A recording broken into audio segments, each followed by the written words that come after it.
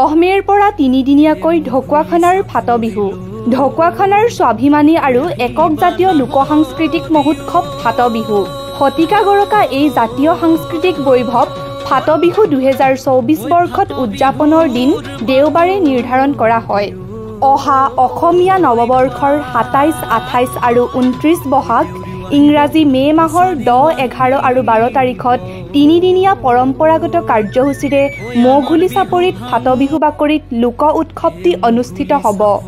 দেওবাৰে ফাটবিহু বাকৰিত অনুষ্ঠিত এখন সাধাৰণ পৰিষদৰ সভাই সৰ্বসন্মতভাৱে এই সিদ্ধান্ত গ্ৰহণ কৰে।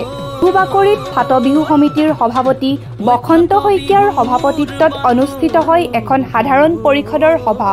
ফাটবিহু সমিতিৰ সম্পাদক ভাস্কৰ দাসে উদ্দেশ্য ব্যাখ্যা কৰা সভাত ফাটবিহু সমিতিৰ গৰিষ্ঠ সংখ্যক বিষয়ববীয়া আৰু সাধাৰণ পৰিষদৰ সদস্য তথা শুভাকাংক্ষী উপস্থিত থাকে।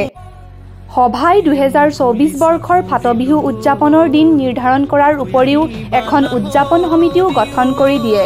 গুৰুত্বপূৰ্ণ সাধাৰণ পৰিষদৰ সভাই মুকুল গগৈক সভাপতি, ভৱেন্দ্ৰজিৎ গগৈক সাধাৰণ সম্পাদক, আশিষ কিশোৰ দাস, নীলিম চাংমাই, তৰুণ চেতিয়াক সহকাৰী সাধাৰণ সম্পাদক, দীপক চমুৱাক বিত্ত সম্পাদক, সঞ্জয় দে, জ্যোতি প্ৰাঞ্জল ৰয়ক কাৰ্যালয় সম্পাদক, আকাশজ্যোতি লাহন, অমৰজ্যোতি পেগু আৰু ত্ৰিনয়ন ভৰালীক প্ৰচাৰ সম্পাদক হিচাপে লৈ এখন ৭২জনীয়া মৰ্যাদা সম্পন্ন উদযাপন সমিতি গঠন কৰা হয়।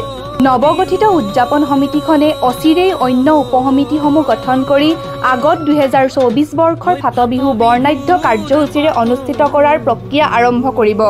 ফাটবিহু সমিতিৰ সভাপতি বসন্ত শইকীয়া, সম্পাদক ভাস্কৰ দাস, উদযাপন সমিতিৰ সভাপতি মুকুল গগৈ আৰু সম্পাদক ভৱেন্দ্ৰজিৎ গগৈয়ে জাতীয় লোককৃষ্টি ফাটবিহুৰ সফল উদযাপনৰ বাবে সংস্কৃতিপ্ৰেমী ৰাইজৰ সহায় সহযোগিতা, প্ৰেৰণামূলক দিহা পৰামৰ্শ আন্তৰিকতাৰে কামনা কৰিছে। ঢকুৱাখানাৰ ঐতিহ্যমণ্ডিত ফাটবিহু তলিত ২০২৪ বৰ্ষৰ ফাটবিহু সমিতিৰ সাধাৰণ সভাখনি অনুষ্ঠিত হয় আৰু এই সাধাৰণ সভাতে আমি ২০২৪ বৰ্ষৰ ফাটবিহু উদযাপন সমিতিখিনি গঠন কৰা হয়।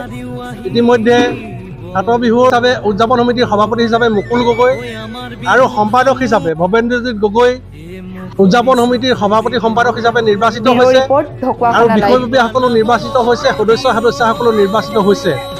গতিকে আজি সভাত ঢকুৱাখানাৰ ফাটবিহুৰ লগত জড়িত যিসকল সাধাৰণ পৰিষদৰ সদস্য, আজি প্ৰায় ৯০% সদস্যই উপস্থিত থাকি আজি ফাটবিহুৰ এই সাধাৰণ সভাখনি সাফল্যমণ্ডিত কৰাৰ কাৰণে ফাটবিহু সমিতিৰ সকলো সদস্যলৈ ফাটবিহু সমিতিৰ তৰফৰ পৰা কৃতজ্ঞতা আৰু ধন্যবাদ জনাইছোঁ। আজিৰ পৰা আমাৰ ২০২৪ বৰ্ষৰ ফাটবিহুৰ কাম কাজ আৰম্ভ হৈছে, আপোনালোকে জানে।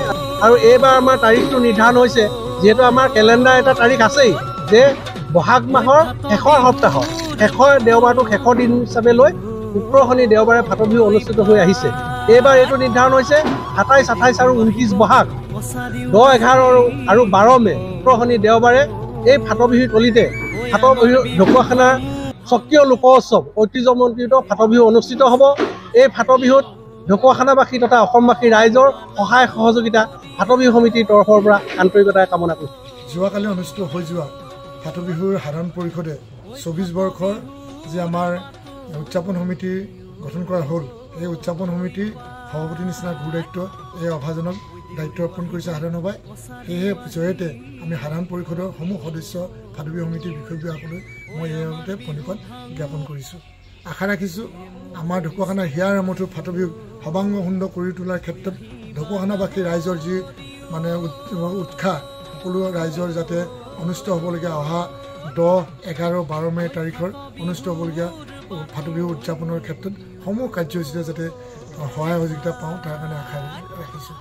ফাটবিহু হিয়াৰ আমঠু ঢকুৱাখানাবাসী আৰু এই হিয়াৰ আমঠু ফাটবিহুক আমি যাতে বিশ্ব দৰবাৰলৈ নি জনসভাত আমি যে প্ৰতিষ্ঠা কৰিবলৈ আমাৰ ঢকুৱাখানাবাসী ৰাইজৰ লগতে আমাৰ অসমবাসী ৰাইজৰ সম্পূৰ্ণ সহযোগিতা আমি আশা ৰাখিছোঁ। ধন্যবাদ।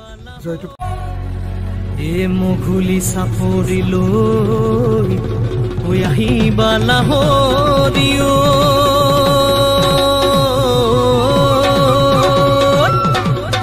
ঐ ফাটবিহুৰ বাতৰিও পাই, ঐ দেউৰী দেউৰীও আহিব কছাৰীও আহিব ঐ আমাৰ বিহু ভাঙো এ মঘুলি চাপৰি লৈ ঐ আহিবা লাহৰীও